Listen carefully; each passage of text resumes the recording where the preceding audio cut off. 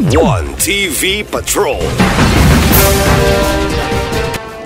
BFP Ozamis makabato na og bag-ong service vehicle gikan sa City Hall.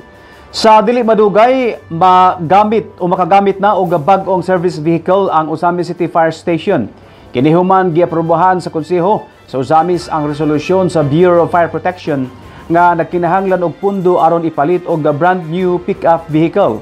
Ang ingon niining intensyon sa mga national agency sama sa Bureau of Fire Protection dili na bag-o sa asenso Ozamis administration gumikan kay halos tanang national agency nga nakabase sa Ozamis na isyuhan na og service vehicle nga magamit sa bisan unsang opisyal nga katuyuan gamit ang lokal nga pundo o pundo sa segundo distrito. Gawas nga suportado sa asenso administration ang niini nga programa, wala usab pakyasa sa City Hall. Ang intensyon sa BFP Ozamis gumikan kay kining buhatan nakatampo usab og lokal nga koleksyon pinaagi sa mga fire code fees.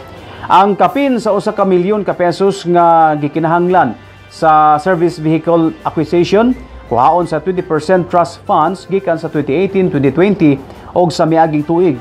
Sama sa service vehicle sa kapulisan, DepEd, Coast Guard, DPWH ug uban pa magamit sa mas paspas pa nga operasyon sa Bureau of Fire Protection. Thank you, Honorable Chair, due to the urgent demand public interest to support our Bureau of Fire Protection unit in Ozamis City and to utilize the funds or 20% trust fund share of the city government in the proceeds collected from fire code fees for 3 years in year 2018, 2020, and 2021.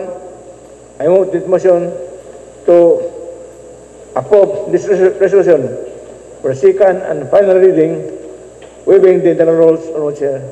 One TV Patrol.